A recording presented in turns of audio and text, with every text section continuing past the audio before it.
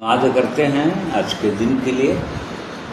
तो उसने फिर से एक नया दिन हमारे जीवन में जोड़ा है वो परमेश्वर, ताकि अपने परमेश्वर में होकर हम आनंदित और मगन हों, उसकी स्तुति, उसकी आराधना आत्मा और सच्चाई के साथ कर सकें, उसके पवित्र वचन के प्रकाश में अपने जीवनों को देख सकें और भी अपने जीवित परमेश्वर के समीप आ सकें और आगे बढ़ सकें, कदम और आगे उठ सकें, प्रभु यीशु का स्वभाव को और प्राप्त करने का। इसलिए परमेश्वर ने हमें आज के दिन में फिर से अवसर दिया। परमेश्वर का धन्यवाद करते हैं, धन्यवाद करते हैं उसकी करुणा और दया जो अपरंपार है, उसकी दया जो अमर है, इसके कारण से आज के दिन को दिखाता है हमें, ताकि हम और परमेश्वर के चरणों में दीन और नम्र होकर आएँ और उसकी महिमा तारीफ करने पाए। इसलिए आइए प्रार्थना करेंगे, परमेश्वर के चरणों में आएंगे, उसकी अगुवाई मांगेंगे आज के दिन के लिए, ताकि सचमुच में हम आत्मा और सच्चाई के साथ उसकी आराधना करने पाएँ, उसकी स्तुति करने पाएँ, उसके पवित्र वचन को बोलने में परमेश्वर सहायता करे और हम अपने अपने हृदय में रख सकें। आइए प्रार्थना करें। सर्वशक्तिमान दयालु अनुग्रहकारी प्रेमी परमेश्वर पिता, हमारे उद्धारकर्ता अनंत जीवन के स्वामी प्रभु यीशु मसीह के पवित्र नाम में आपके चरणों में आते हैं, आपका धन्यवाद करते हैं। आप धन्यवाद, स्तुति, महिमा के योग्य परमेश्वर हैं। आपके उपकारों, आपकी भलाइयों के लिए धन्यवाद करते हैं जब तक आप हमारे जीवन में करते आए हैं। और इसलिए प्रभु जी आज के दिन को फिर से अवसर दिया कि हम आपके चरणों में आएँ, आपके पवित्र वचन को शेयर करने का अवसर दिया, इसलिए धन्यवाद करते हैं। इसलिए आज के दिन में जितने ऑनलाइन प्रिय भाई बहन जुड़ते हैं और उन्हें मैं आपके हाथों में सौंप देता हूँ। प्रभु हम में से हर एक की सहायता अगुवाई कीजिए, ताकि आपके पवित्र वचन को हम सुन सकें और सुनकर अपने हृदय में रख सकें और उसके अनुसार चलने पाएँ। ये प्रार्थना प्रभु यीशु के नाम में मांगते हैं, सुनिए, ग्रहण कीजिए।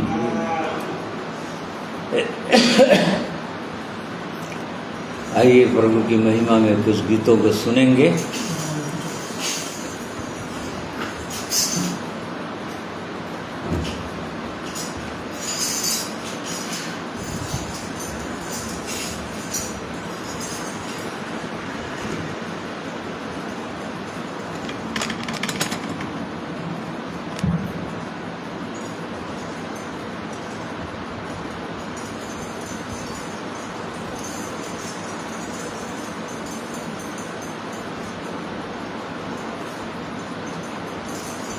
परमेश्वर पिता का धन्यवाद एक बार फिर से उसने अवसर दिया कि हम उसकी आराधना और उपासना कर सकें। धन्यवाद देते हैं ऐसे अवसर के लिए, और स्वास्थ्य को भी ठीक रखा सबका, जो यहाँ उपस्थित हो सके। जो ऑनलाइन सुन रहे हैं उन सबों को भी परमेश्वर आशीष दे। आइए हम प्रभु की महिमा करेंगे और कुछ कोरस को गाएंगे।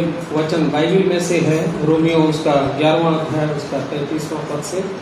आहा परमेश्वर का धन और बुद्धि और ज्ञान क्या ही गंभीर है।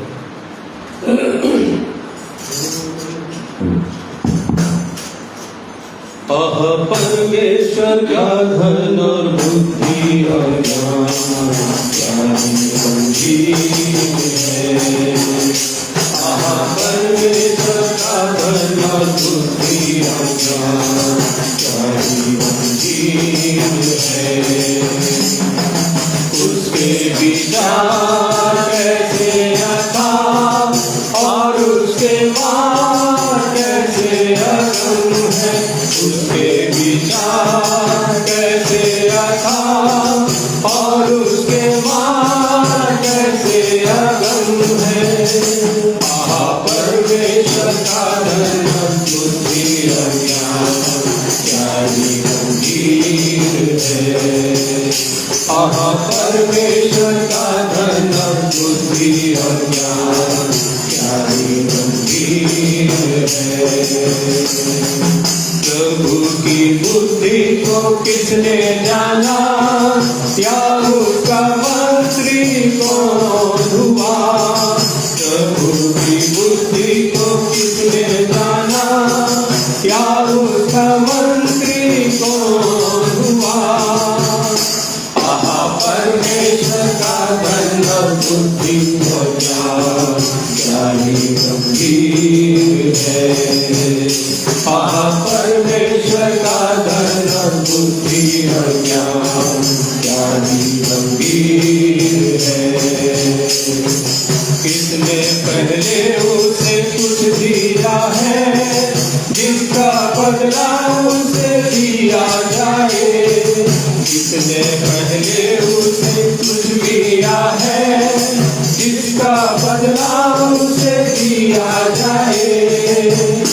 आहा परमेश्वर का धन बुद्धि और ज्ञान क्या ही गंभीर है। आहा परमेश्वर का धन बुद्धि और ज्ञान क्या ही गंभीर है। क्योंकि उसकी ओर से उसके द्वारा और उसके लिए सब कुछ है। क्योंकि उसकी ओर से उसके द्वारा और उसी के लिए सब कुछ है। आहा परमेश्वर का धन बुद्धि और ज्ञान क्या ही गंभीर है। आहा परमेश्वर का धन बुद्धि और ज्ञान क्या ही गंभीर है। उसकी महिमा युगानुयुग होती रहे, आमीन आमीन। उसकी महिमा युगानुयुग होती रहे, आमीन आमीन। आहा परमेश्वर का धन बुद्धि और ज्ञान क्या ही गंभीर है। आहा परमेश्वर का धन बुद्धि और ज्ञान क्या ही गंभीर है। उसके विचार कैसे अथाह और उसके मार्ग कैसे अगम है। उसके विचार कैसे अथाह और उसके मार्ग कैसे अगम है। आहा परमेश्वर का धन बुद्धि और ज्ञान क्या ही गंभीर है।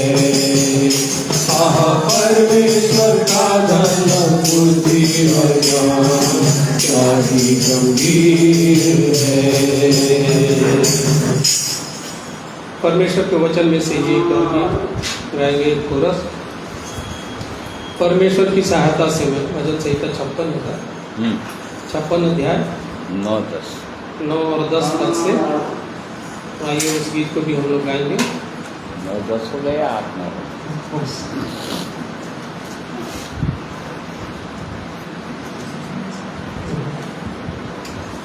10 ही गाए। 10-11 परमेश्वर की सहायता से उसके वचन की प्रशंसा करूंगा। यहोवा की सहायता से मैं उसके वचन की प्रशंसा करूंगा। परमेश्वर की सहायता से उसके वचन की प्रशंसा करूंगा। यहोवा की सहायता से मैं उसके वचन की प्रशंसा करूंगा। मैं ना डरूंगा, मैं ना डरूंगा, मैं ना डरूंगा, मैं ना डरूंगा। मैंने परमेश्वर पर भरोसा रखा है, मैं ना डरूंगा। मैंने परमेश्वर पर भरोसा रखा है, मैं ना डरूंगा। और परमेश्वर की सहायता से उसके वचन की प्रशंसा करूंगा। यहोवा की सहायता से मैं उसके वचन की प्रशंसा करूंगा। परमेश्वर की सहायता से मैं उसके वचन की प्रशंसा करूंगा। यहोवा की सहायता से मैं उसके वचन की प्रशंसा करूंगा। मैं ना डरूंगा, मैं ना डरूंगा, मैं ना डरूंगा, मैं ना डरूंगा। मैंने परमेश्वर पर भरोसा रखा है, मैं ना डरूंगा। मैंने परमेश्वर पर भरोसा रखा है, मैं ना डरूंगा। आइए प्रभु की महिमा में और एक गीत 16 अध्याय भजन संहिता का। मैंने प्रभु को निरंतर, मैंने प्रभु को निरंतर अपने सन्मुख रखा है। मैंने प्रभु को निरंतर अपने सन्मुख रखा है, क्योंकि वो मेरे धन्यवाद है।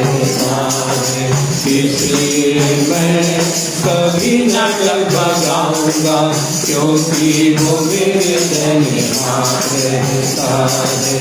इसलिए मैं कभी न डगमगाऊंगा, इस कारण मेरा हृदय आनंदित है, बहुत आनंदित है। इस कारण मेरा हृदय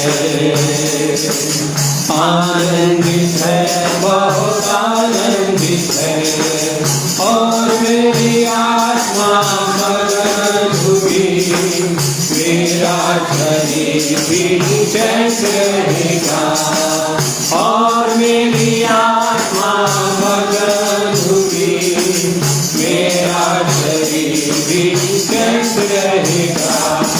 मैंने प्रभु को निरंतर अपने सन्मुख रखा है।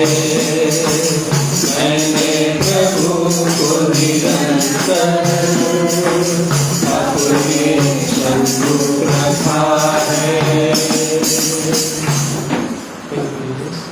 आइए वचन के भाग में जाएंगे। इसके पहले एक गीत भाई उदय चौहान प्रभु की महिमा में गाएंगे।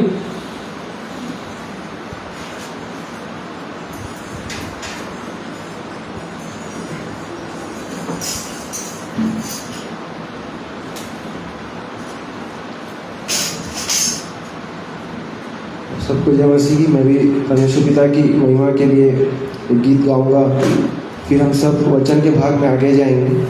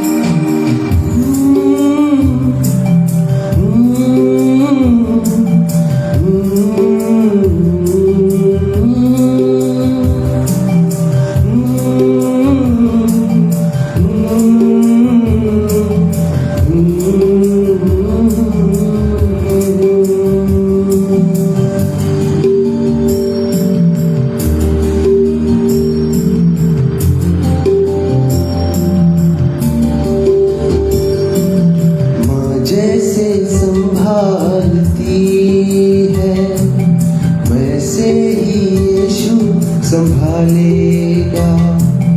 अंधियारे इस जग में हो, तुझको कभी ना छोड़ेगा, तुझको कभी ना छोड़ेगा।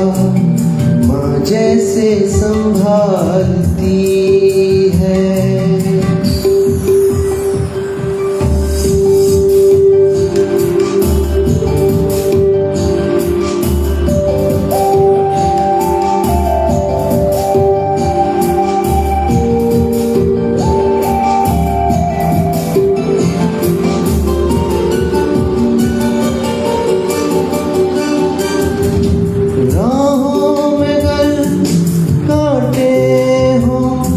मुसीबत भरा हो सफर, गोदी में यीशु, गोदी में यीशु उठा के तुझको खुद चलेगा कांटों पर, खुद चलेगा कांटों पर, खुद चलेगा कांटों पर। जैसे आंसू पोंछती, हर आंसू यीशु पोंछेगा। तेरी एक हंसी के लिए वो अपना लहू बहा देगा, वो अपना लहू बहा देगा। माँ जैसे संभालती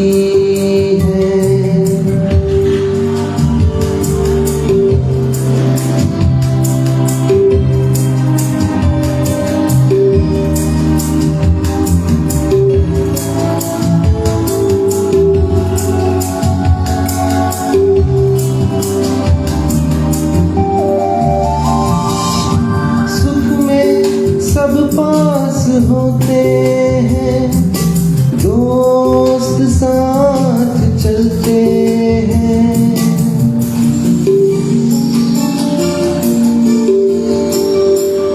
दुख में सब छोड़ जाते हैं, अपने बेगाने बन जाते हैं, अपने बेगाने बन जाते हैं, अपने बेगाने बन जाते हैं।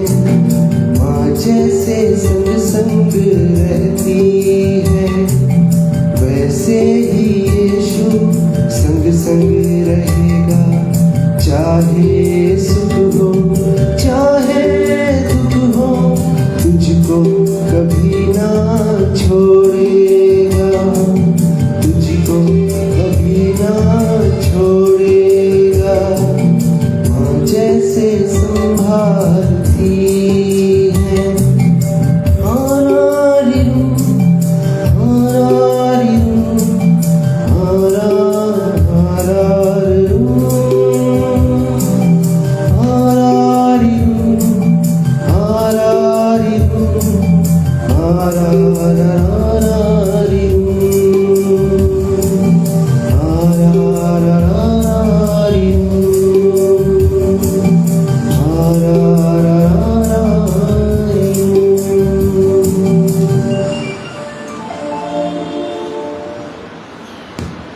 परमेश्वर इस गीत के गाए जाने के द्वारा हम सबको आशीष प्रदान करें। आप सबको जय मसीह।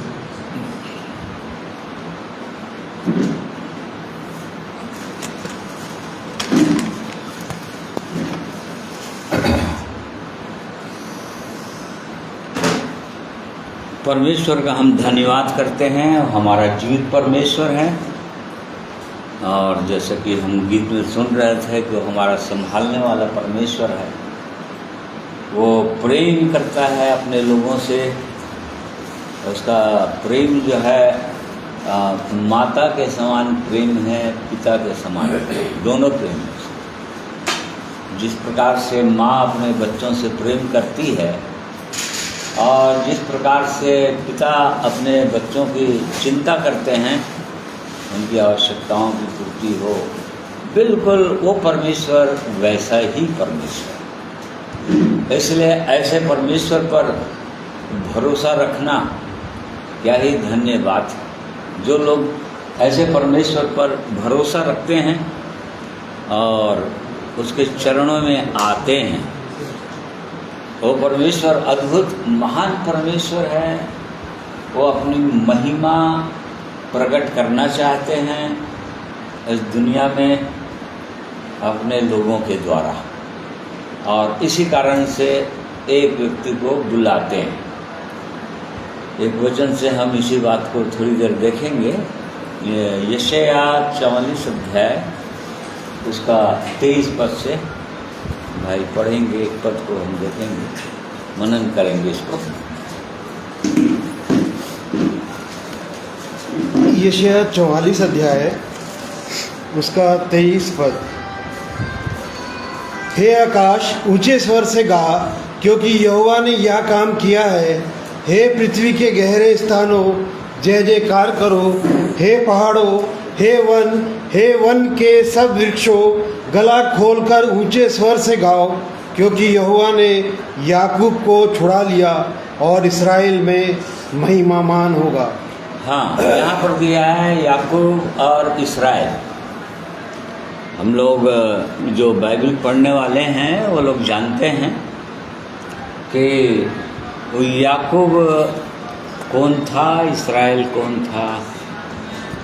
और इस बात को हम जानते हैं कि वो इस्राएल जो है वो याकूब ही था, जिसको परमेश्वर ने बाद में नाम दिया इस्राएल के रूप में। परमेश्वर नाम बदलता है ना, एक व्यक्ति का नाम बदल देता है। शुरू से हम देख रहे हैं नाम बदल देता है। उसने अब्राहम का नाम अब्राहम कर दिया, सारा का नाम साराय कर दिया, पौलुस शाऊल का नाम पौल कर दिया। इस प्रकार से वो परमेश्वर नामों को बदल देता है जब वो उसकी इच्छा के अनुसार जब वो चुन लेता है और वो चाहता है कि अब इस व्यक्ति के द्वारा मेरी महिमा होगी। उसके मापदंड में जब एक व्यक्ति आ जाता है या उसकी इच्छा को पूरी करने के लिए पूरी रीति से समर्पित हो जाता है, तब तो यहाँ पर भी हम उसी बात को देखते हैं कि यहोवा ने याकूब को छुड़ा लिया है और इस्राएल में महिमावान होगा। इस लाइन को हम दोनों को, याकूब और इस्राएल को थोड़ी देर हम लोग मनन करेंगे कि वो याकूब कौन था और इस्राएल कब कहा गया। ठीक है, तो यहाँ पर लिखा है कि याकूब को छुड़ा लिया, लेकिन महिमावान इस्राएल में ही होगा। वो परमेश्वर याकूब में महिमावान नहीं होता है, मतलब याकूब के द्वारा अपनी महिमा नहीं प्रकट करता है। हाँ, छुड़ाता है, चुनता है, ऐसे लोगों को चुनता है जो लोग परमेश्वर के खोजी होते हैं या परमेश्वर की आशीषों को, उसके स्वर्गीय आत्मिक आशीषों के अभिलाषी होते हैं। वो उसको ढूंढते रहते हैं, उस परमेश्वर को। ऐसे लोगों को वो चुनता है, बुला लेता है। जैसे कि हम लोग भजन संहिता 24 उसका 6वां पद में हम पाते हैं, ऐसे ही लोग उसके खोजी हैं, वे तेरे दर्शन के खोजी याकूब वंशी हैं। हाँ, देखो ऐसे ही लोग खोजी हैं। इसको उसके ऊपर में लिखा है, लोग अपने हृदय को शुद्ध रखते हैं और वे लोगों परमेश्वर को प्राप्त करना चाहते हैं, परमेश्वर की ऊंचाइयों तक पहुंचना चाहते हैं। ऐसे ही लोग उसके खोजी होते हैं और ऐसे ही लोग याकूब वंशी कहलाते हैं। मतलब जिनको परमेश्वर छुड़ा लेगा, जिनके हृदय के अंदर लालसा है, भूख और प्यास है उस जीवित परमेश्वर को जानने की और उसके प्रेम को समझने की और उसकी इच्छा के अनुसार चलने की, ऐसे लोगों को वो परमेश्वर जो है बुलाता है और उनको छुड़ा लेता है। जिस प्रकार से याकूब के साथ वो किया, उसने याकूब को चुना। क्यों चुना? क्योंकि वो उत्तम आशीषों को, या परमेश्वर ने जो इस्राएलियों के लिए सबसे उत्तम चीज़ रखा हुआ था, उसको पाने की इच्छा थी उसके पास।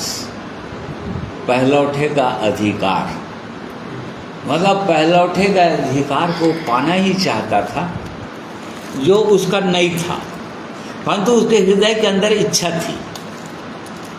वो उसके भाई का अधिकार था। इन सब बातों को हम जानते हैं, तो उनको हम डिटेल में नहीं जाएंगे, परंतु बैकग्राउंड के लिए कहाँ से वो याकूब आया, कैसे कैसे हुआ, उसको हम थोड़ी देर जरूर देखेंगे।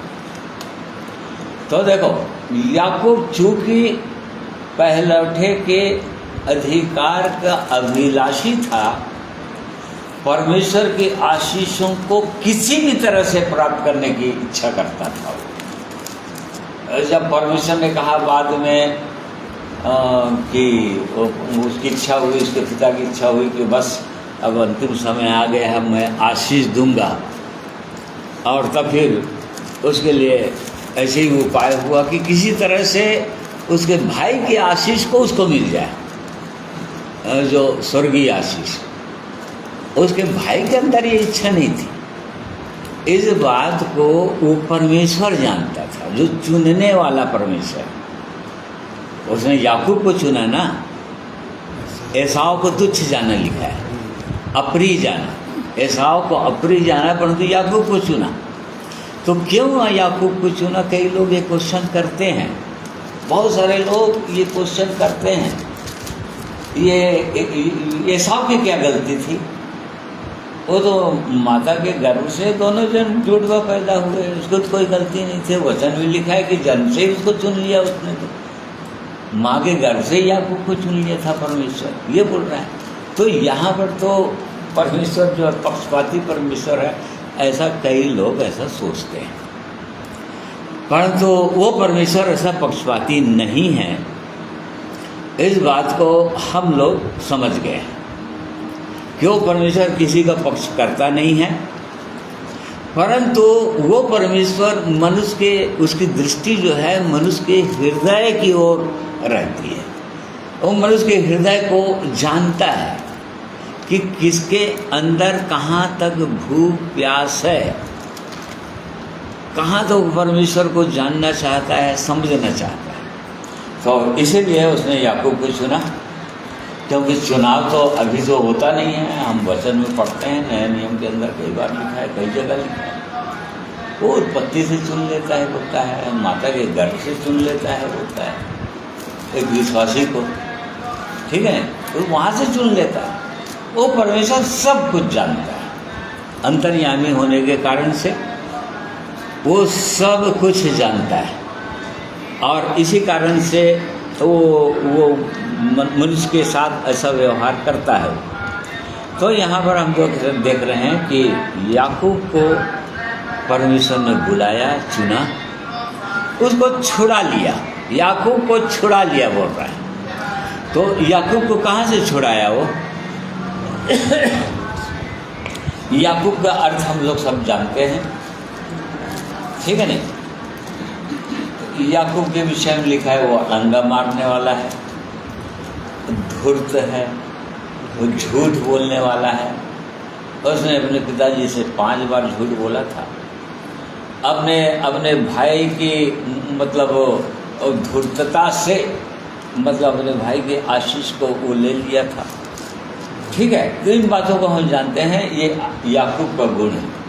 कहने का मतलब वो परमेश्वर एक पापों में डूबे हुए मनुष्य को बुलाता है। पापी तो सभी लोग हैं, पापों में सब लोग खोए हुए हैं, भटके हुए हैं, डूबे हुए हैं, परंतु उनमें से भी वो परमेश्वर जिनके अंदर भी जरा भी, कहीं पर भी हृदय के अंदर परमेश्वर के लिए कहीं पर जगह है, भूख और प्यास है, वो परमेश्वर जानता है, और उसके लिए वो उपाय करता है कि कैसे उस मनुष्य को वो अपने समीप लाएगा, कैसे पास बुलाएगा, कैसे उसके लिए उपाय करेगा, कहाँ से, इस बात को जानता है परमेश्वर। और जो लोग उसके चुनाव में आ जाते हैं वो लोग भी इस बात को समझ जाते हैं, जान जाते हो कैसा परमेश्वर है, कहाँ से कहाँ, किधर से कहाँ लाया और कैसे लाया और कैसे चुन लिया। तो याकूब को वो चुन लेता है, लिखा है याकूब को चुनता है, बुलाता है और अपना वचन बताता है, किसी प्रकार से अपने प्रेम की चर्चा करता है। जैसे कि भजन 147 साम 147 उसका 19, वह याकूब को अपना वचन और इस्राएल को अपनी विधियां और नियम बताता है। हाँ, मतलब दोनों के साथ परमेश्वर का डीलिंग एकदम अलग अलग है। याकूब के साथ एकदम ही अलग है। मतलब जब तक वो याकूब था, कहने का मतलब जब तक उसका नाम याकूब था, या जब तक परमेश्वर उसको पूरी रीति से छुड़ाया नहीं था, वहाँ से, उसके घमंड से, उसके अहंकार से, उसकी इच्छा से, उसकी लालसा से, उसकी योजना से, तब तक वो याकूब था। तब तक किसी प्रकार से अपनी योजना, अपनी समझ, अपनी बुद्धि का इस्तेमाल करते रहता था। परंतु वो परमेश्वर जो है याकूब को यहाँ पर अपना वचन बताता है और इस्राएल को अपनी विधियाँ और नियम सिखाता है। इस्राएल, जब इस्राएल बन जाता है एक व्यक्ति, एक समय आया जब वो इस्राएल बन गया, उसका नाम इस्राएल रखा गया। क्योंकि परमेश्वर के चरणों में वो एकदम टूट चुका था, वो दीन हो चुका था। अब और उसके बाद अब केवल परमेश्वर पर भरोसा रखता था वो, और किसी पर भरोसा रखता नहीं था वो। ठीक है, परमेश्वर पर भरोसा रखने वाला व्यक्ति बन चुका था पूरी रीति से। तो इसलिए वो इस्राएल को अपनी विधियां और नियम बताता है। याकूब को विधि और नियम बताने से क्या फायदा? वो तो अड़ंगा मारने वाला है, धूर्त है, वो तो करेगा ही नहीं, उसकी आज्ञा मानेगा ही नहीं। पहली बात, परमेश्वर संसार के लोगों को उसकी आज्ञाकारी सिखाते रहेंगे। आज जैसे सोकाल क्रिश्चियनिटी भी सिखाते रहते हैं कि आज्ञा मानो, 10 आज्ञा सिखाते रहेंगे, 10 आज्ञा को रट के आओ, ये करके आओ। वो कहाँ से आज्ञा मानेगा?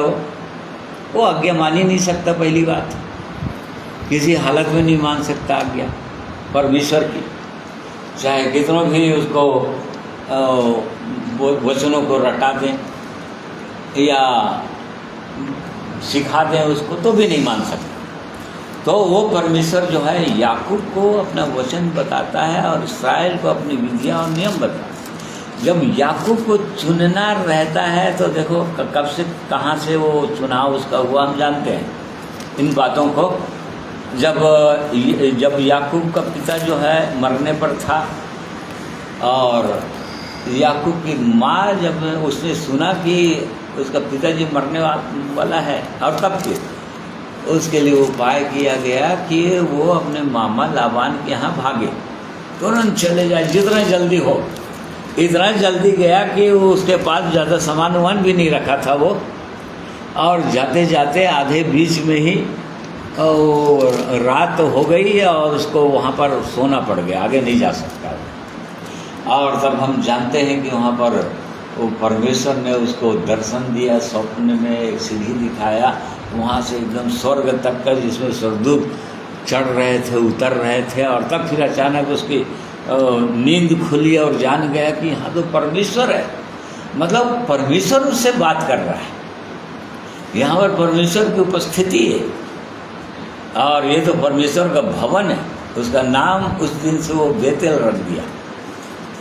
पहला उसका नाम लूज था, और उसके बाद फिर अपने मामा के घर गया, लाबान के घर गया। वहाँ पर परमेश्वर उसको ट्रेन, देखिए इस्राएल बनाने के लिए प्रोसेस है ना।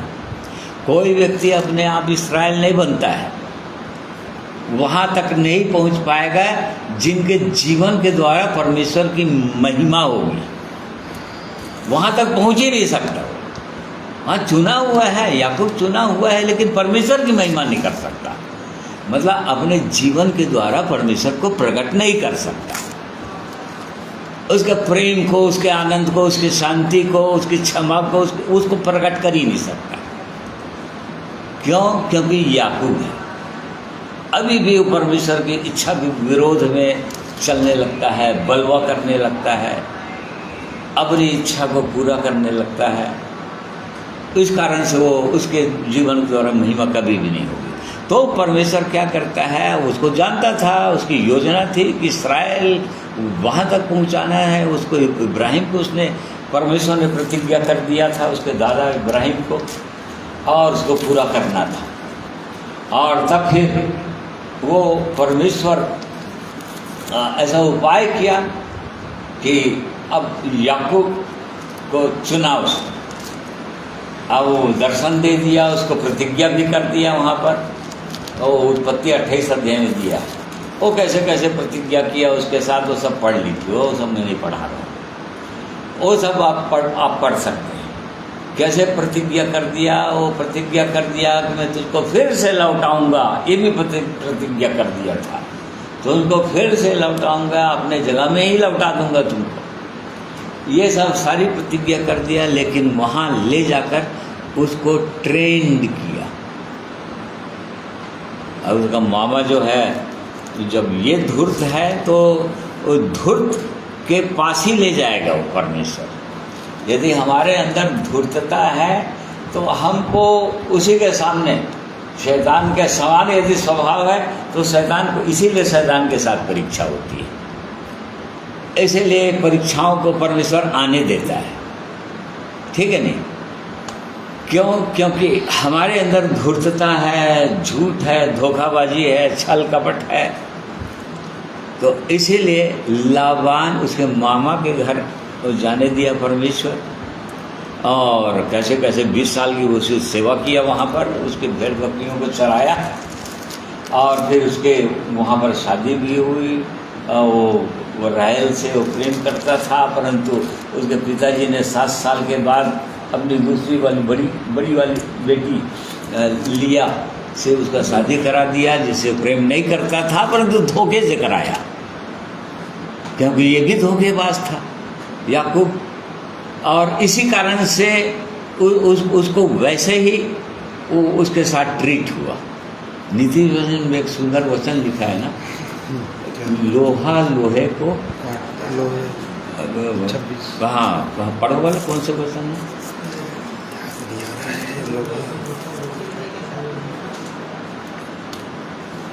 19 है शायद, 26 का 19 का देखो तो बहुत अच्छा वचन है।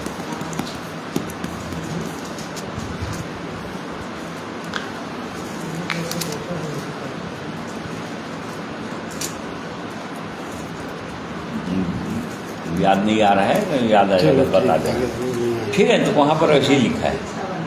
हाँ हाँ, वो भी है, वो भी है। वो भजन संहिता 37 अध्याय में लिखा है, वो परमेश्वर टेढ़े के साथ टेढ़ा बनता है और सीधे के साथ सीधा। 27 का 17 है।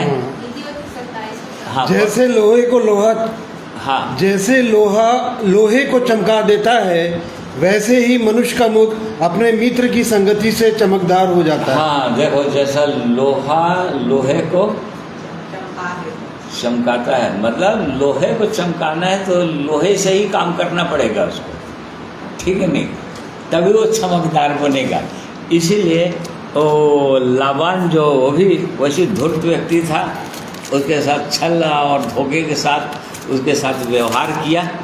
और उसके बाद भी हम जानते हैं कि मजदूरी, उसको 10 बार उसकी मजदूरी को बदलता रहा। जब देखा कि याकूब का तो बड़ा आशीष, उसके भेड़ बकरियाँ बढ़ते ही चला जा रहा है, तो तुरंत फिर चेंज कर देता था अपने उसको, अब ऐसा करेंगे, अब ऐसा होगा। और ऐसा करके लिखा है कि 10 बार वो चेंज किया था, ठीक है नहीं? तो ऐसा वाला धूर्त था वो भी। तो वो परमेश्वर एक व्यक्ति को अपनी महिमा के योग्य बनाने के लिए ऐसा करता है, मतलब उसके जीवन में परीक्षाएं आने देता है, संकट क्लेश आने देता है।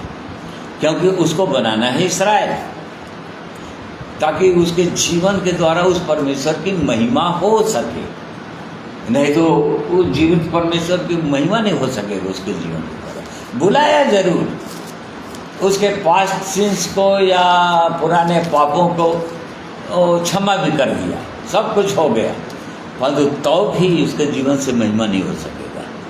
परमेश्वर महिमित नहीं होगा,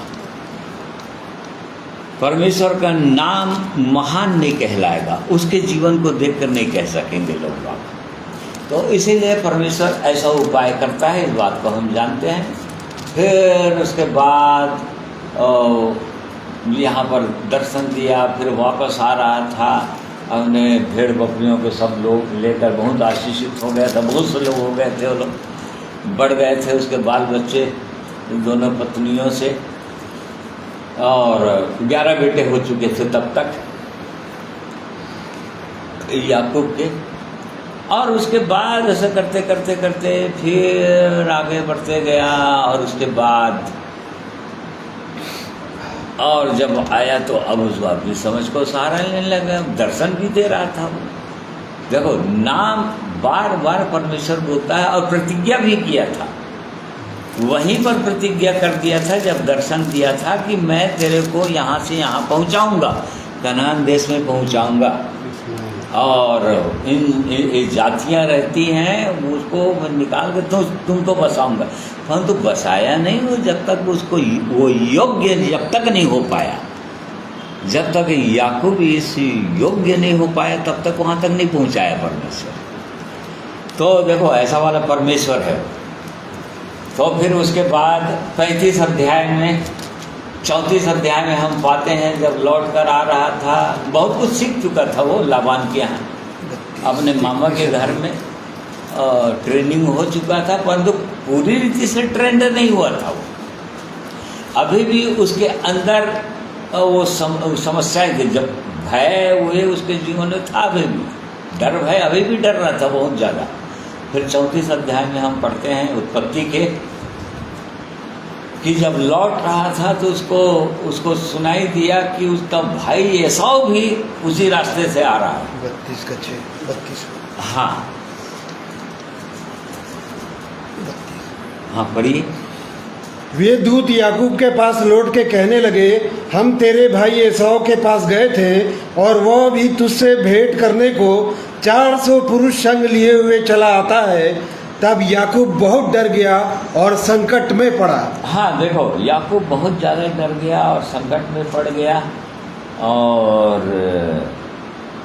वो अपने भाई एसाव को दंडवत करते रहा, उसके साथ बेटे लोग दंडवत किए उसको, उसके जितने सब लोग थे सब उसको दंडवत एक के बाद करते गए।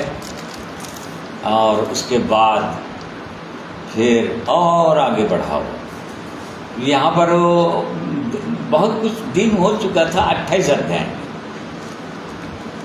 मतलब परमेश्वर उसको तोड़ चुका था। 28 अध्याय में परमेश्वर उसको तोड़ा था।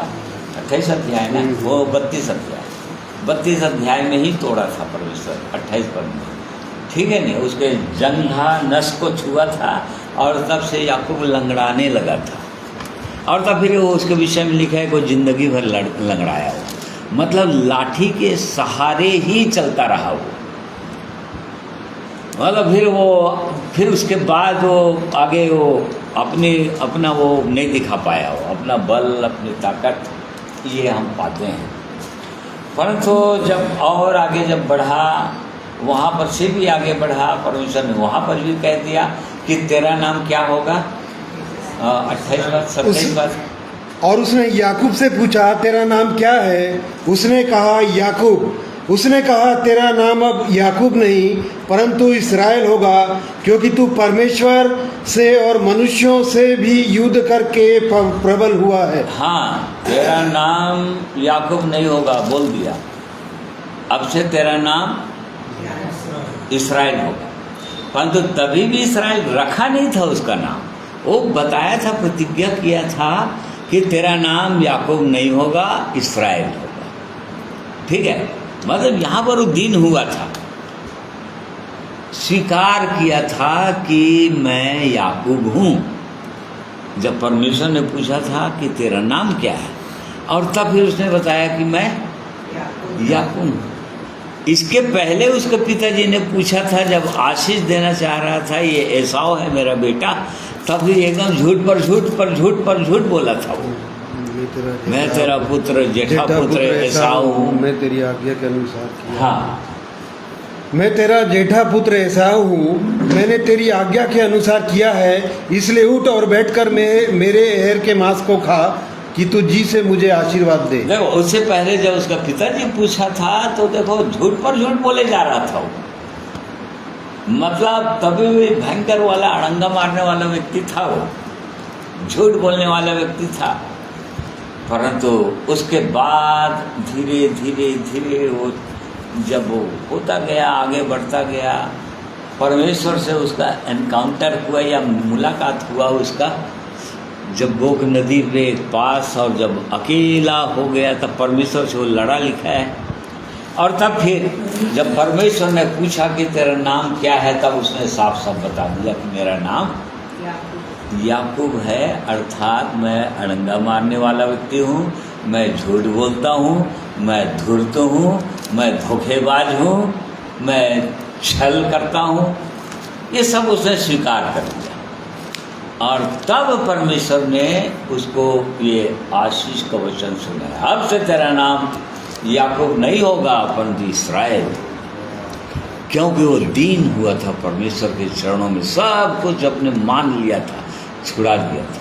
तो देखिए, यदि इस्राएल बनना है तो ऐसा करना पड़ेगा, तभी परमेश्वर की महिमा हो पाएगा जीवन के द्वारा, नहीं तो नहीं हो पाएगा। फिर जब आगे बढ़ गया तो फिर डर तो समाप्त हुआ नहीं था उसके जीवन में, परंतु आगे बढ़ता गया और ऐसा फिर उसने कहा कि आगे उसमें लिखा है कि मेरे साथ चल, मैं तेरा गौ हूँ। मैं यहाँ पर समझ गया था कि ये मेरा गौ नहीं हो सकता, मेरा भाई। उसने कहा तू जा, आगे जा, क्योंकि मेरे और भेड़ बकरियाँ हैं और ऐसे दूध पिलाने वाली भी गायें हैं, अपनी गति के, हाँ, उनकी गति के अनुसार मुझको, मेरे आगे है, मेरे पशुओं की गति के अनुसार मुझको चलना होगा, और फिर तू आगे बढ़ जा। तो वहाँ पर तो याकूब जो है वो सीख चुका था कि अब किसी की बात मानना नहीं है, समझता था, समझने लग गया था और आगे बढ़ गया। परंतु फिर भी हम देखते हैं 34 अध्याय में अपनी समझ का वो सहारा लिया था वो, उसके बाद भी अपनी समझ के सहारा लिया था। परमेश्वर ने कहा था उसको कहाँ जाने के लिए बोला था, बेतेल को जा, परंतु कहाँ चला गया, शकीम को चला। देखो शकीम को चला गया। शकीम में दुष्ट लोग रहते थे और जहाँ पर उसकी जो बेटी थी दीना नाम की, वो भ्रष्ट की गई, ठीक है, वहाँ पर। और तब वो परमेश्वर फिर से उसको दर्शन दिया कि वो परमेश्वर, मैं तुमको बेतेल भेजा था तो यहाँ कहाँ आ गया।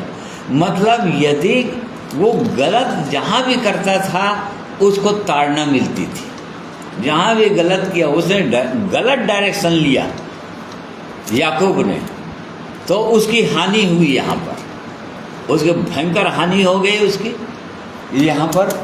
और उसके बाद उसको समझ में आया, परमेश्वर फिर दर्शन दिया, ठीक है, क्योंकि वो चुना हुआ था परमेश्वर, उसको पहुँचाना था वहाँ तक। और इस कारण से उसको फिर दर्शन दिया और कहा कि यहाँ से उठ कर पढ़ लो, 34 का आखिरी पद होगा, आखिरी होगा।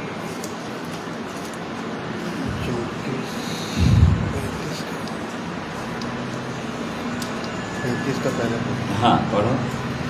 तब परमेश्वर ने याकूब से कहा, यहाँ से निकलकर बेतेल को जा और वहीं रहे, और वहाँ परमेश्वर के लिए वेदी बना, जिसने तुझे उस समय दर्शन दिया जब तू अपने भाई एसाव के डर से भागा जाता था। हाँ देखो, वो शकीम को चला गया। ऐसे ही विश्वासी लोगों का जीवन है, ये विश्वासियों के जीवन वैसे होते रहता है। परमेश्वर कहीं जाने के लिए बोलता है, विश्वासी लोग कहीं भी चलने लग जाते हैं, मतलब अपनी समझ का सहारा लेने लग जाते हैं, अपनी बुद्धि से काम करने लग जाते हैं। परमेश्वर की अगुवाई नहीं लेते हैं। यहाँ पर याकूब ने ऐसा किया। क्यों ऐसा किया? क्योंकि कुछ तो गड़बड़ था, आगे इस अध्याय में पता चलेगा। कहीं पर उसके जीवन में गड़बड़ था या उनके बीच में कुछ गड़बड़ी थी, जिसके कारण से वो गाइडेंस उसको नहीं मिल पाया और वो शकेम को चला गया। अब आगे पढ़िए, क्या गड़बड़ी थी? तब याकूब ने अपने घराने से और उन सब से भी जो उनके संग थे कहा, तुम्हारे बीच में जो पराये देवता है उन्हें निकाल फेंको और अपने अपने को शुद्ध करो और अपने वस्त्र बदल डालो और आओ हम यहाँ से निकलकर बेतेल को जाएं। वहाँ मैं परमेश्वर के लिए एक वेदी बनाऊंगा, जिसने संकट के दिन मेरी सुन ली और जिस मार्ग से मैं चलता था उसमें मेरे संग रहा। इसलिए जितने पराये देवता उनके पास थे और जितने कुंडल उनके कानों में थे, उन सबों को उन्होंने याकूब को दिया और उसने उनको उस बरब्रांज वृक्ष के नीचे जो शकेम के पास है गाड़ दिया। तब उन्होंने कुछ किया और उनके चारों ओर के नगर के निवासियों के मन में परमेश्वर की ओर से ऐसा भय समा गया कि उन्होंने याकूब के पुत्रों का पीछा ना किया। हाँ देखो, यहाँ पर एकदम साफ सुथरा कर दिया उनको पूरी रीति से। मतलब उनके बीच में परमेश्वर ने कहा, जितने तुम्हारे बीच में पराये देवता को ला रहे हो तुम। उसकी पत्नी राहेल जो है अपने पिता के घर से वो गृह देवता को ला रही थी, और उसके कारण से परमेश्वर का क्रोध भड़का हुआ था उनके जीवन में, और जो आशीष जो बोल दिया था उसको दे नहीं पा रहा था। उसको पहले पूरी रीति से साफ करो बोल रहा है, अपने बीच में से ये सब निकालो जो कुछ भी है। तो लोग जो भी मिस्र देश से जो सोना होना ये सब लाए हुए थे ना, आगे चलकर जो बछड़ बना दिए थे वैसे ही फिर से वो कर रहे थे, फिर आगे बछड़ बना देते कोई न कोई। तो इसी कारण से वो सब उतार के दिए याकूब को, और याकूब वहाँ पर गड़ा दिया उनको। और तब परमेश्वर की उपस्थिति आया उसके जीवन में, उनके बीच में आया, और दूर दूर के लोग जिस रास्ते से जाने वाला था उनके अंदर भय समा दिया परमेश्वर उनके बीच में। और तब 10 पद, और परमेश्वर ने उससे कहा, अब तक तेरा नाम याकूब रहा है, पर आगे को तेरा नाम याकूब ना रहेगा, तू इस्राएल कहलाएगा। हाँ देखो, यहाँ पर उसका नाम इस्राएल रखा गया। देखो, प्रतिज्ञा करता रहा परमेश्वर याकूब को कि मैं तू मेरा चुना हुआ है, तुझको मैं उठाऊंगा, बढ़ाऊंगा, वहाँ तक ले जाऊंगा, और तो मेरा निज धन है, ये सब बोलता रहा। परंतु जब तक उसको पूरी रीति से उसके हृदय को साफ नहीं होने दिया, उनके बीच में से जो भी परमेश्वर की इच्छा के विरुद्ध में बातें थी उसको जब तक वो नहीं निकाला अपने जीवन से, अपने परिवार के जीवन से, तब तक वो परमेश्वर घोषणा नहीं किया अब तेरा नाम इस्राएल है। यहाँ पर उसका नाम इस्राएल पड़ा। याकूब का नाम इस्राएल उत्पत्ति 35 का 10 पद में पड़ा। अब परमेश्वर उसको इस्राएल इस्राएल बोलने लगा। अब परमेश्वर उसको इस्राएल, मेरा पुत्र इस्राएल, मेरा निज धन इस्राएल, ऐसा बोलने लगा उसके बाद से। तो ऐसा वो परमेश्वर है। तो इसी बात को हम देख रहे थे। तो हम ये देख रहे थे कि परमेश्वर एक व्यक्ति को जो पापों में डूबा हुआ, देखो कहाँ कहाँ से उसको याकूब को छुड़ाता गया, कहाँ से निकालता गया, उसकी धूर्तता, उसके झूठ, उसके छल कपट को वो निकालता गया। परंतु जो आशीष का भागीदार बना दिया था उसको नहीं छीना वो, क्योंकि वो आशीष पाना ही चाहता था, उसके हृदय की लालसा थी। इस कारण से परमेश्वर उसको आशीष दिया और वहाँ तक वो आगे बढ़ाया उसको। परमेश्वर वो अद्भुत परमेश्वर है और ऐसा बढ़ाता है।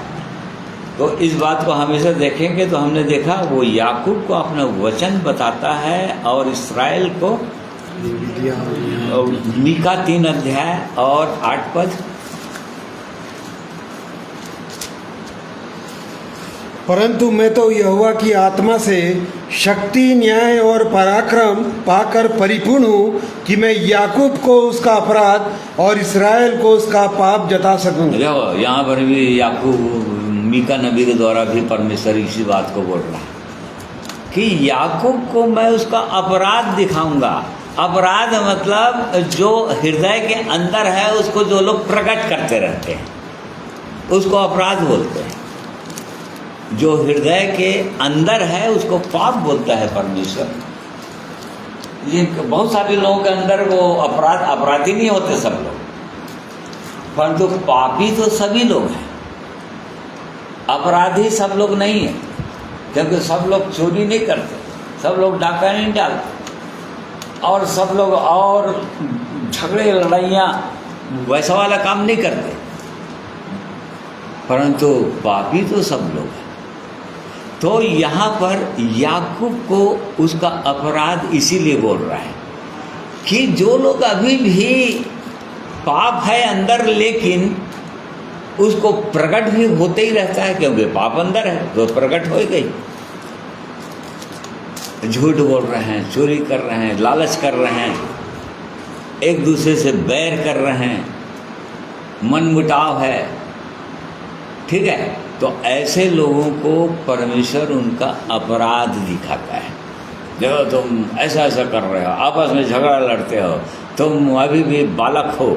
और उस पर कलीसिया लिख रहा था, क्योंकि तुम में अभी भी झगड़े लड़ाइयाँ होता है, तुम में अभी भी फूट हो रहा है, अभी भी तुम्हारे अंदर डिविजन्स हैं, फूट है, एक मन और एक चित्त के नहीं हो तुम लोग।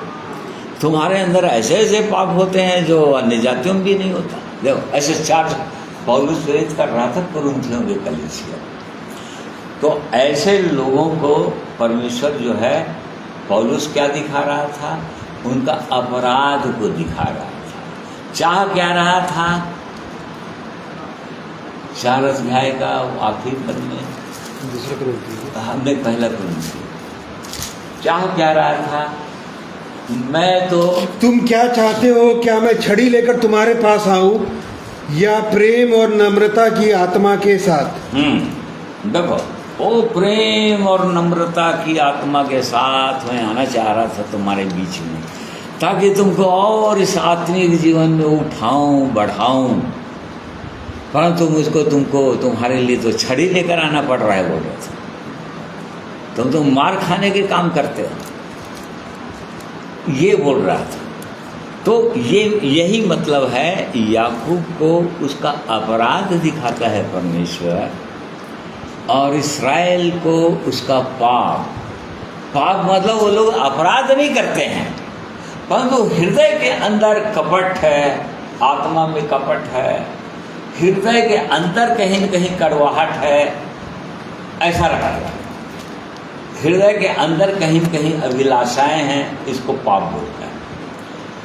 तो इस्राएल के अंदर ये तो था, इसलिए परमेश्वर नबियों को खड़ा करता रहा, और नबियों के द्वारा परमेश्वर अपनी आत्मा से उनको भरपूर करता था, और फिर उनके द्वारा वो बताता था अपने लोगों को, उनके पापों को दिखाता था। याकूब के समान जिनका जीवन था उनके अपराध को दिखा देता था, और इस्राएल के समान जिनका जीवन था, मतलब ये दोनों जीवन।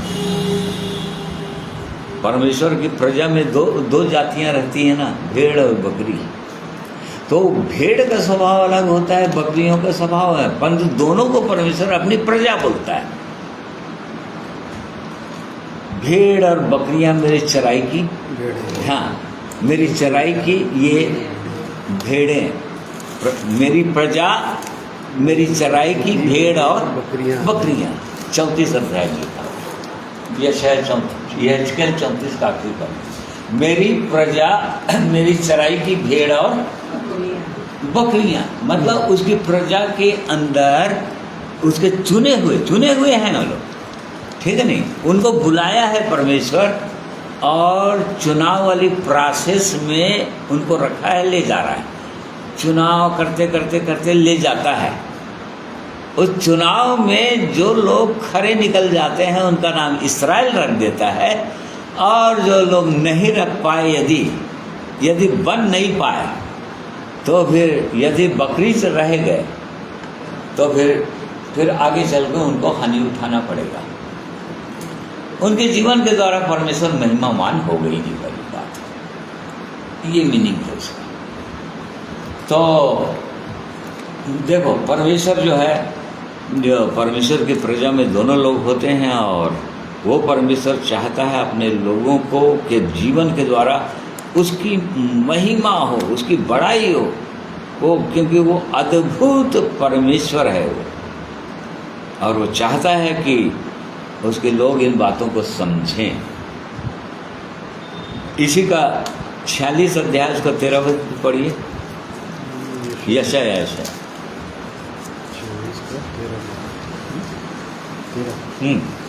मैं अपनी धार्मिकता को समीप ले आने पर हूँ, वह दूर नहीं है, और मेरे उद्धार करने में विलम्ब ना होगा। मैं सियोन का उद्धार करूँगा और इस्राएल को महिमा दूंगा।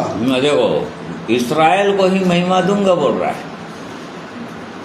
सियोन का मैं उद्धार कर दूंगा, मतलब मैं जिनको बुलाया, जिनके लिए मैं रखा हूँ, बुलाहट जिनके लिए है मेरे, उनको तो मैं छुड़ा लूँगा जरूर, परंतु महिमा तो मैं इस्राएल को ही दूंगा। मतलब इस्राएल के जीवन के द्वारा ही मेरी महिमा हो पाएगी, ये कहने का मतलब। परमेश्वर की महिमा वही लोग कर पाएंगे, या परमेश्वर के प्रेम को, आनंद, शांति को वही लोग प्रकट कर पाएंगे इस संसार में। दूसरे लोग नहीं प्रकट कर पाएंगे, दूसरे लोगों के जीवन में लोग नहीं देख पाएंगे उस परमेश्वर को, ये मीनिंग है उसका। तो वो परमेश्वर ऐसा करता है।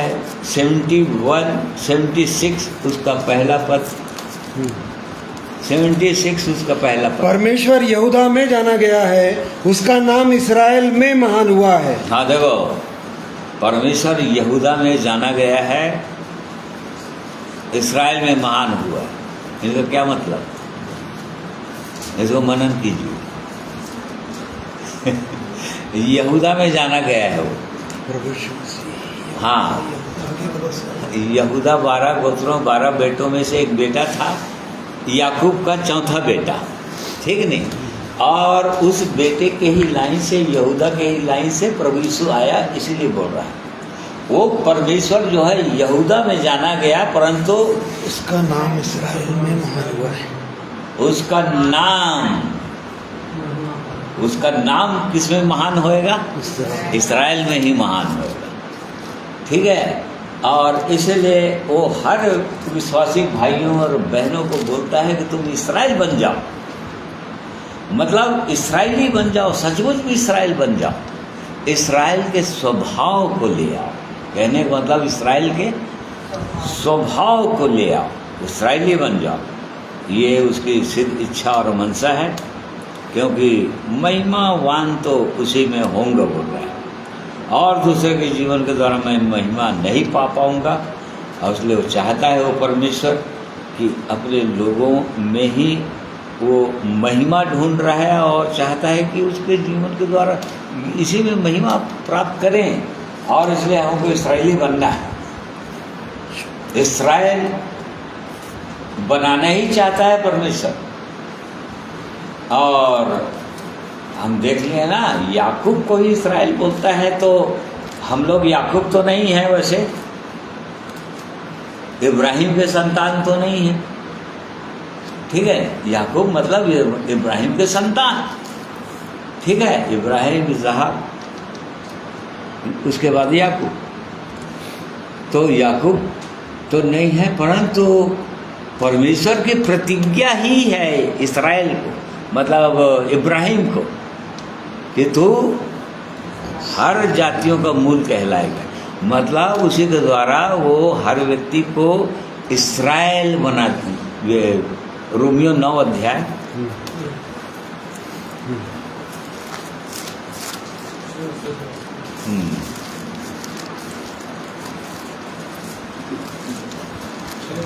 हाँ हाँ 6 या 7 8 पढ़ी।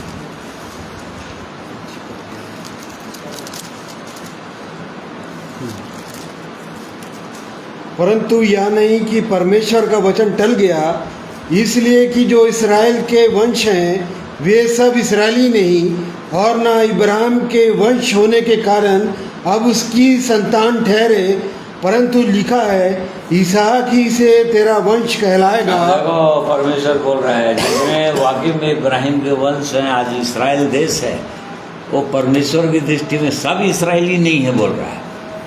आत्मिक रीति से सब लोग इस्राएली नहीं है परमेश्वर की दृष्टि में।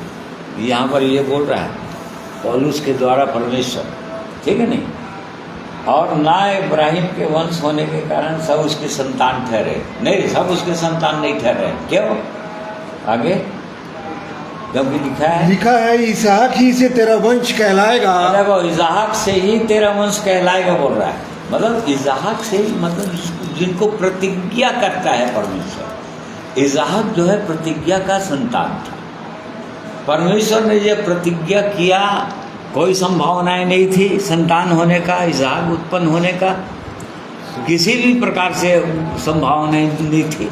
परंतु चूंकि परमेश्वर ने प्रतिज्ञा कर दिया इब्राहिम को, उसके कारण से, परमेश्वर की प्रतिज्ञा के कारण से एक पुत्र उत्पन्न हुआ इसहाक। इसलिए आज जिनके लिए प्रतिज्ञा करता है, जो लोग उसकी प्रतिज्ञा में आते हैं, परमेश्वर की प्रतिज्ञा, परमेश्वर की चुनाव में जिनको वो बुलाता है, नाम लेकर बुलाता है, वही लोग इब्राहिम के संतान ठहरेंगे बोल दिया, नहीं तो इब्राहिम के संतान नहीं। और आगे अर्थात 8वां पद। हाँ, अर्थात शरीर की संतान परमेश्वर की संतान नहीं, परंतु प्रतिज्ञा की संतान वंश गिने जाते हैं। प्रतिज्ञा की संतान वंश गिने जाते हैं। शरीर की संतान परमेश्वर की संतान, मतलब जिनको परमेश्वर बुलाएगा, नाम लेकर बुलाएगा, जिनको उठाएगा, जिनको दर्शन देगा, जिनसे बातचीत करेगा अपने वचन के द्वारा, जिनको अपना प्रेम दिखाएगा, जिनको अपनी योजना बताएगा, अनंत की योजना, वही लोग उसकी संतान वास्तव में ठहरते हैं अनंत। अन्यथा तो इस्राएली लोग तो सब मरते जा रहे हैं, आग में जाते जा रहे हैं, वो तो सब अधोलोक के कवर होते जा रहे हैं। लाजर और धनी का दृष्टांत में प्रभु यीशु ने बताया, लाजर तो यहूदी था, वो तो इब्राहिम का संतान था, इसीलिए तो बोल रहा था, हे पिता इब्राहिम, मेरे और भाई लोग हैं, मेरे रास्ते में चले आ रहे हैं, वो लोग भी देख लो सब आग में चले जा रहे हैं। इब्राहिम के तो संतान है, परंतु चुने हुए नहीं है, प्रतिज्ञा के संतान नहीं। परंतु देख लीजिए, यदि परमेश्वर ने हमको चुना है प्रिय भाइयों और बहनों, तो कितनी अद्भुत बात है ये, बहुत ही अद्भुत बात है कि इब्राहिम के हम संतान कहलाते हैं। वो परमेश्वर इस्राएली बनाता है, वो परमेश्वर यहूदी कहता है, ठीक है, और यहूदी कहता है तो यहूदा में ही वो जाना जाएगा, वो परमेश्वर यहूदा में ही उसका नाम महिमा जाना जाएगा, इस्राएल में महिमावान होगा। मतलब यदि यहूदी हैं, यदि परमेश्वर चुन रहा है, तो परमेश्वर हमारे जीवन के द्वारा लोगों को जाना चाहिए, ये कहने का मतलब है। यदि हम चुनाव में हैं तो, यदि हमारे जीवन में उसकी बुलाहट है तो, यदि उसकी प्रतिज्ञा हमारे जीवन के में लागू हुआ है तो, क्या वो परमेश्वर हमारे जीवन के द्वारा प्रकट हो रहा है? क्या लोग जान रहे हैं, देख रहे हैं? ये कहने का मतलब, और क्या उस परमेश्वर की महिमा हो रहा है हमारे जीवन के द्वारा, अर्थात उसका प्रेम प्रकट हो रहा है, उसका स्वभाव प्रकट हो रहा है, उसकी इच्छा प्रकट हो रहा है। क्या उस प्रोसेस में आगे बढ़ रहे हैं? हम सिद्ध नहीं हुए हैं। पौलुस बोलता है ये मतलब नहीं कि मैं पूरा पा चुका, पकड़ लिया हूँ उसको, परंतु मैं निशाने की ओर जो बातें पीछे रह गई हैं उनको छोड़ते हुए आगे की ओर निशाने की ओर देखते हुए बढ़ता चला जा रहा हूँ। मतलब क्या परमेश्वर की इच्छा योजना के अनुसार क्या ऐसी लालसा है हमारे अंदर कि नहीं प्रभु आपका स्वभाव मेरे जीवन में प्रकट होना ही चाहिए। आपने मुझको चुना है, मुझको बुलाया है। मैं याकूब वंशी करके आपने मुझको दर्शन दिया है, बुलाया है, अपना प्रेम को प्रकट किया है और आप मुझको इस्राएल बना देना चाहते हैं। इस्राएल मतलब क्या होता है? शुद्ध मन वाला। हाँ, शुद्ध हृदय वाले। जिसके हृदय हाँ, वचन से 73 में वेद में लिखा हुआ है इस्राएल अर्थात शुद्ध मन वाले। परमेश्वर भला है। हाँ, परमेश्वर उनके लिए भला है। इस्राएल के लिए परमेश्वर भला है, अर्थात शुद्ध मन वालों के लिए परमेश्वर भला।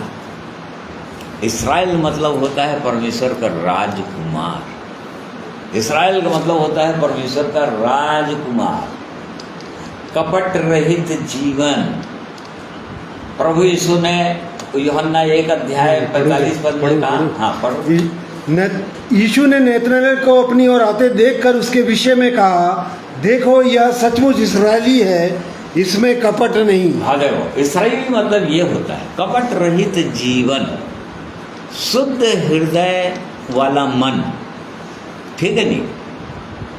जो लोग उस जीवित परमेश्वर तक पहुंचना चाहते हैं, उसको पाना चाहते हैं, उसके संग रहना चाहते हैं और उसके लिए अपने आप को पूरी रीति से तैयार करते ही चले जा रहे हैं, उसके स्वभाव को प्राप्त करते ही चले जा रहे हैं, ऐसे लोग इस्राएली। जो लोग पूरी रीति से टूट गए हैं, दीन हो गए हैं, अपने एक एक पापों को मान लेते हैं याकूब की तरह परमेश्वर के सामने, है परमेश्वर मेरा नाम याकूब ही है, मैं धूर्त व्यक्ति हूँ, मैं झूठा व्यक्ति हूँ, मैं धोखेबाज व्यक्ति हूँ, मैं छली व्यक्ति हूँ, मैंने अपने पिताजी को धोखा दिया, मैंने अपने भाई को धोखा दिया, मैंने उसके पैलौठे होने के पद को छीन लिया, धोखेबाज। ये परमेश्वर की योजना में था, वो अलग चीज था कि उसके अंदर वो भूख और प्यास थी, इसलिए ऐसा हो पाया, वो अलग चीज है। परंतु था उसका स्वभाव तो ऐसा जिसके अंदर ये इच्छा थी कि परमेश्वर के संग संग चले, उस परमेश्वर के संग रहे, परमेश्वर को जाने। इच्छा थी करके परमेश्वर उसके साथ ऐसा उपाय किया। और यदि इच्छा ही नहीं है, वैसी लालसा नहीं है, हम वचन में पढ़ते हैं वो अभिलाषी जीव की लालसा को संतुष्ट करता है, संतुष्ट करता है, उत्तम पदार्थों से तृप्त करता है। ठीक है नहीं? प्रभु यीशु ने कहा यदि कोई प्यासा हो तो मेरे पास है, तो मेरे पास आए। जैसा वचन में लिखा है उसके हृदय में से जीवन जल की नदियाँ बह निकलेंगी। परंतु यदि कोई प्यासा होगा तब ना, यदि कोई भूखा होगा तब ना। इसके लिए नहीं प्रभु मैं प्यासा हूँ, प्रभु मुझको यहीं तक पहुँचना है, मेरे जीवन के द्वारा आपको महिमा मिलना चाहिए परमेश्वर। मैं महिमा से रहित हो गया था प्रभु, परंतु आपकी महिमा मेरे जीवन के द्वारा प्रकट कीजिए महान परमेश्वर, जिसके लिए आपने बुलाया है मुझको। क्या ये इच्छा जो व्यक्ति करेगा उसी के जीवन के द्वारा तो प्रकट होगा, नहीं तो थोड़ी उसके लिए प्रकट होगा। तो ये परमेश्वर की सिद्ध इच्छा और मनसा है। प्रिय भाइयों बहनों, वो चाहता है कि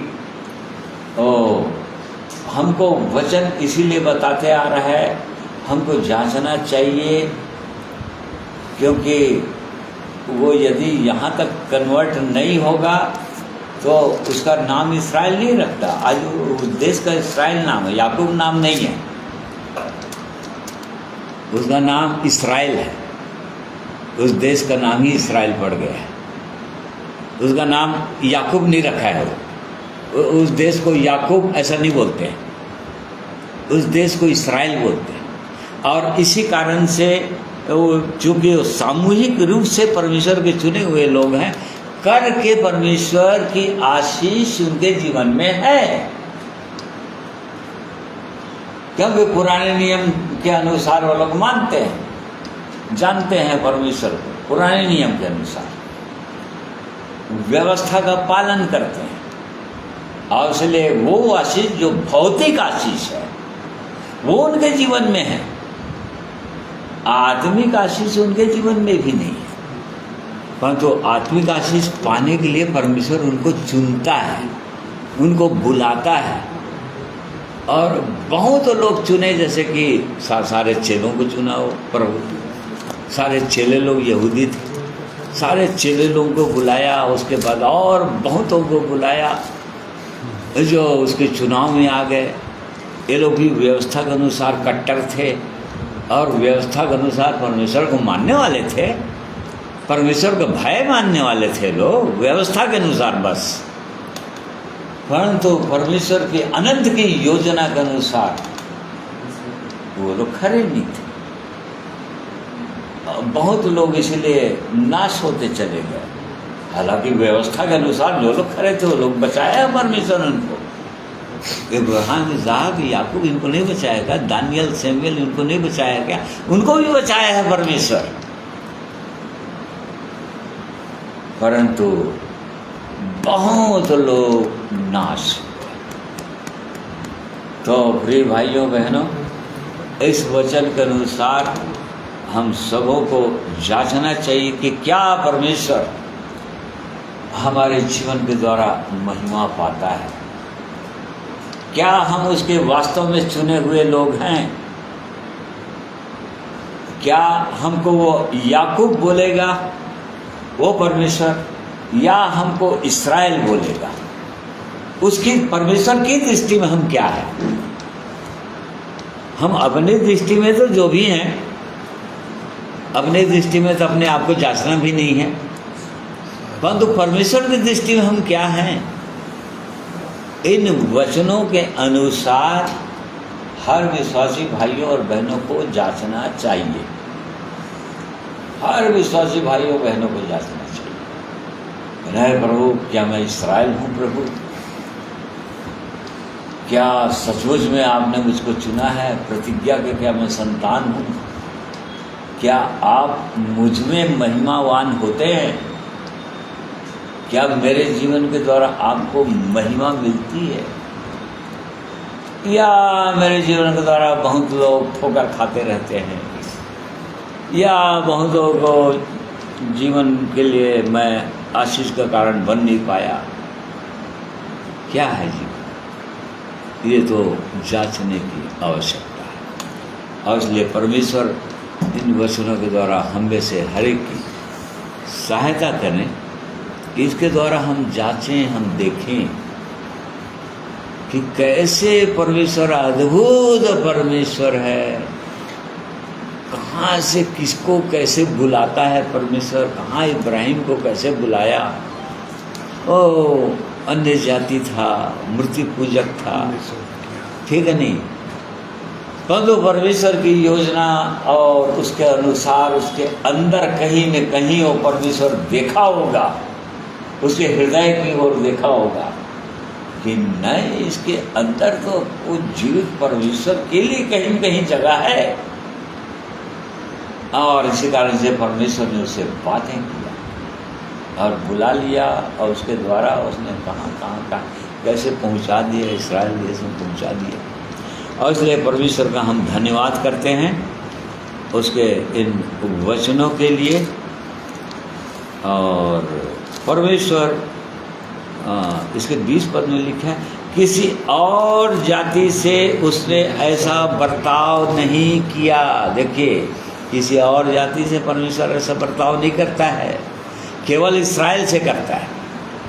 जिनको बुला लिया याकूब से करता है, किसी और जाति से परमेश्वर ने ऐसा बर्ताव नहीं किया है,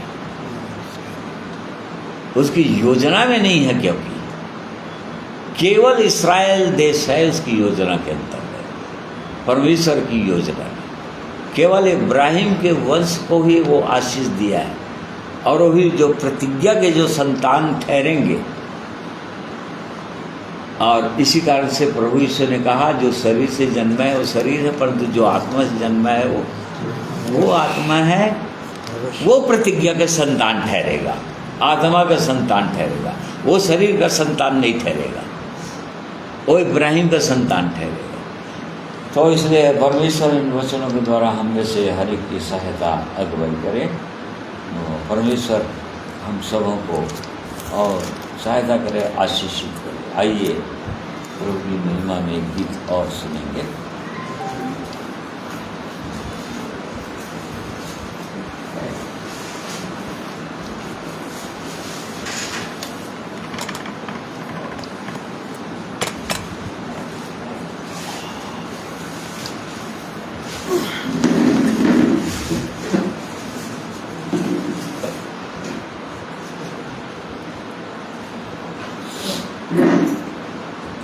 परमेश्वर पिता का धन्यवाद सुंदर वचन के लिए। सचमुच में जब तक मनुष्य का जीवन याकूब के जीवन के जैसे है, तब तक अवश्य है कि बुलाहट तो मिलेगा, परंतु याकूब से इस्राएल बनना है तो बहुत संघर्ष एक मनुष्य को करना है, क्योंकि याकूब के जीवन के पाप और अपराधों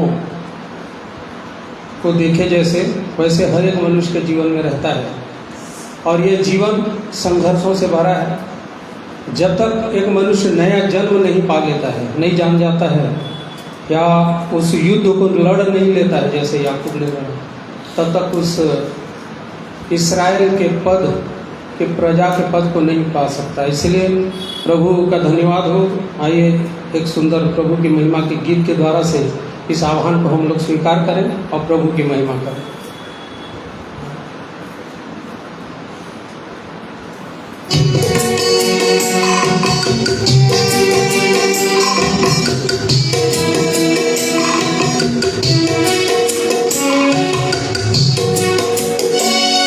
जीवन के संघर्षों में जब मानव जूझा जाता है, जीवन के संघर्षों में जब मानव जूझा जाता है, तब कौन उसे दिखलाता है, तब कौन उसे दिखलाता है, जीवन की ज्योति जलाता है।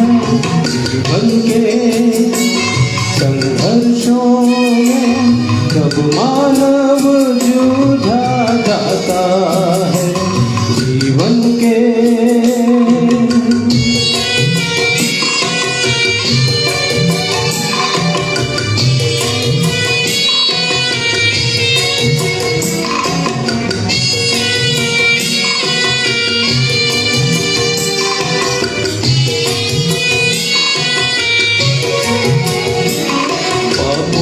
की गठरी भर कर मानो बोझ में दबता जाता है,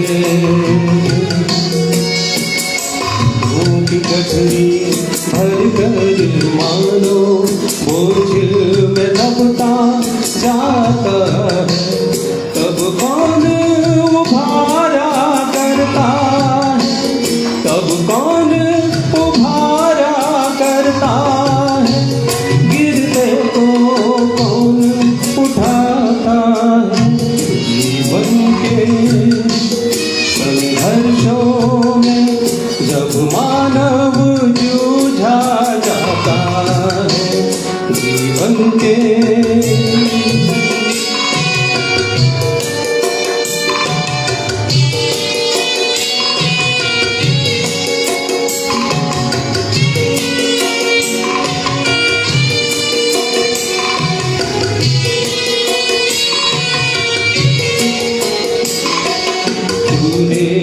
जीवन को सब समझा, कौन समझाता है।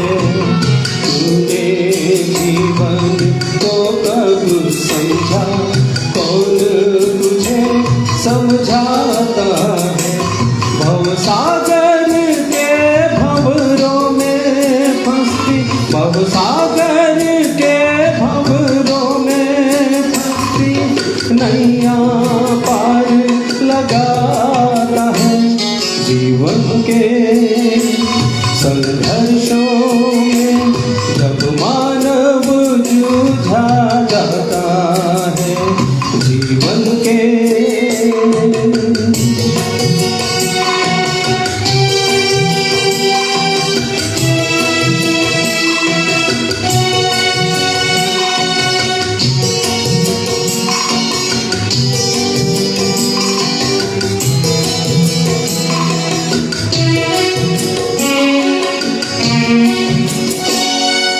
यीशु मसीहा है इस जग में जीवन मार्ग दिखाता जो। यीशु मसीहा है इस जग में जीवन मार्ग दिखाता जो।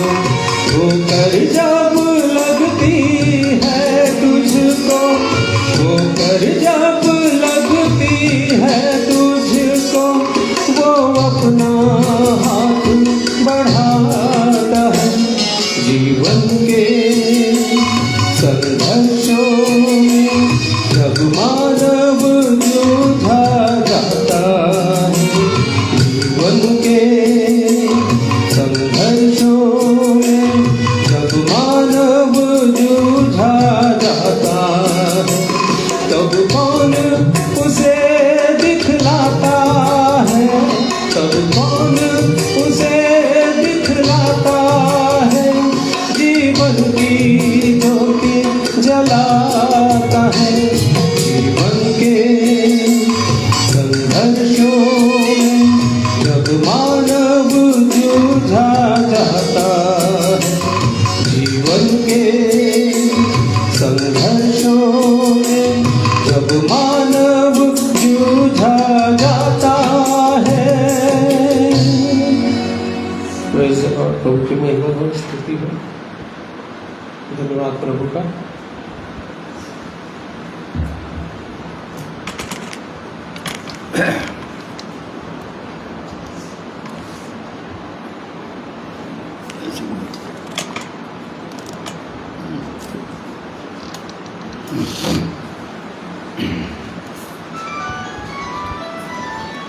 परमेश्वर का हम धन्यवाद करते हैं।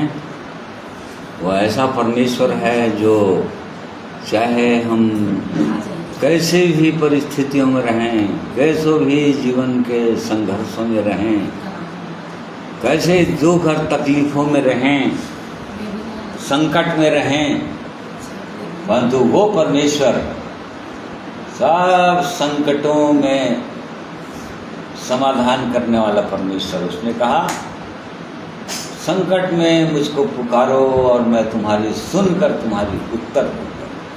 सही में जब तक हम इस संसार में हैं, जब तक हम इस शरीर में हैं, अवश्य हमको संघर्ष तो करना होता है। क्योंकि टेढ़े हठीले लोगों के बीच में है और संसार, शरीर पाप में डूबा हुआ संसार है, उनके बीच में से परमेश्वर निकाला है, वो अलग चीज़ है। परंतु इसी कारण से चूँकि उनके बीच में हमको रहना होता है, काम करना होता है, और इसलिए बहुत ज़्यादा संघर्ष करना पड़ता है। परंतु वो हमारा परमेश्वर है जो हमारी सहायता करने के लिए हर समय तैयार है। हर समय संकट में अति सहज से मिलने वाला सहायक, प्रेजेंट हेल्प, अति सहज में प्रेजेंट हेल्प, मतलब पुकारोगे और कहेगा कि मैं यहाँ हूँ, मैं यहीं पर हूँ। ऐसा सहायक हो परमेश्वर, और इसलिए उसकी सहायता हमको लेना ही चाहिए। वही परमेश्वर हमको आगे उठाना चाह रहा है, बढ़ाना चाह रहा है, और इस योग्य बना देना चाह रहा है जो उसकी इच्छा और उसकी योजना के अंतर्गत है। आज ये परमेश्वर इन वचनों के द्वारा हम सबों की सहायता अगुवाई करे, और इसलिए आइए प्रार्थना करते हैं। प्रेमी परमेश्वर पिता, हम आपका धन्यवाद करते हैं इसलिए कि आप हमसे प्रेम करते हैं और आपने हमें बुलाया है प्रभु, अपने समीप आने दिया है ताकि आपके भवन की चिकने चिकने पदार्थों से हम तृप्त हों, आपकी सिद्ध इच्छा को हम जानें, आपकी इच्छाओं को जानें, आपकी योजना को समझें और आपकी इच्छा के अनुसार हम आगे बढ़ें। प्रभु, आपने हमें भी बुलाया याकूब के समान, हमारे भी पाप अपराधों को क्षमा किया, और प्रभु जी आप चाहते हैं कि हम आपके चरणों में दीन हो जाएं, हमारा हृदय एकदम साफ हो जाए, हृदय की सच्चाई के साथ प्रभु जी हम आपके चरणों में आएं, और क्योंकि आप इनसे प्रसन्न होते हैं, ऐसा जीवन से प्रसन्न होते हैं। आप हमको कहाँ से कहाँ पहुँचा देना चाहते हैं प्रभु, हमें भी इस्राएल बना देना चाहते हैं, अर्थात अपना राजकुमार बना देना चाहते हैं, अपनी निज प्रजा बना देना चाहते हैं। ये आपकी अद्भुत प्रेम, ये स्वर्गीय बुलाहट है, उसके लिए हम आपका धन्यवाद करते हैं। आज के दिन में आपने पवित्र वचन के द्वारा हमारी सहायता किया प्रभु, इन वचनों को बताने बोलने में मेरी सहायता की, इसलिए मैं आपका धन्यवाद करता हूँ पिता परमेश्वर।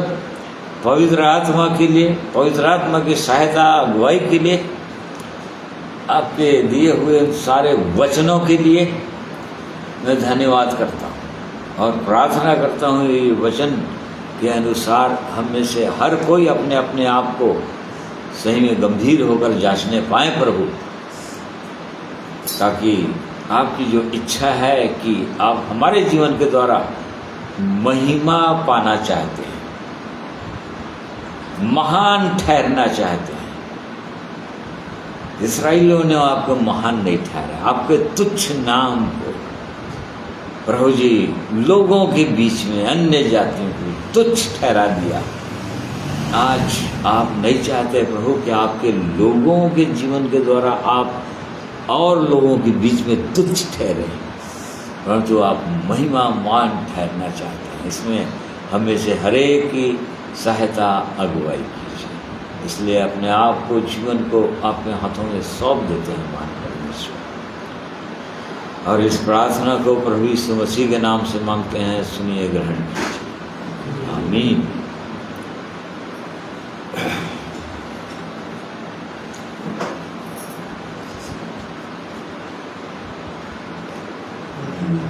प्रिय भाइयों बहनों, आप सबों का मैं धन्यवाद करता हूं कि आप लोग परमेश्वर के वचन को सुनने के लिए अपना बहुमूल्य समय निकाले और इन वचनों को लगातार मनन कीजिए, अपने व्यक्तिगत जीवन में मनन करते रहिए कि देखिए परमेश्वर आपके जीवन से क्या चाहते हैं, और जो चाहते हैं वो उसकी इच्छा को पूरा कर रहे हैं कि नहीं, या पूरा नहीं कर पाए हैं अभी तक, तो पूरा करने की इच्छा है कि नहीं, लालसा है कि नहीं, इन बातों को जांचने की सहायता मांगिए परमेश्वर से। इसलिए आप सबों का मैं धन्यवाद करता हूँ, सबों को जय मसीह की।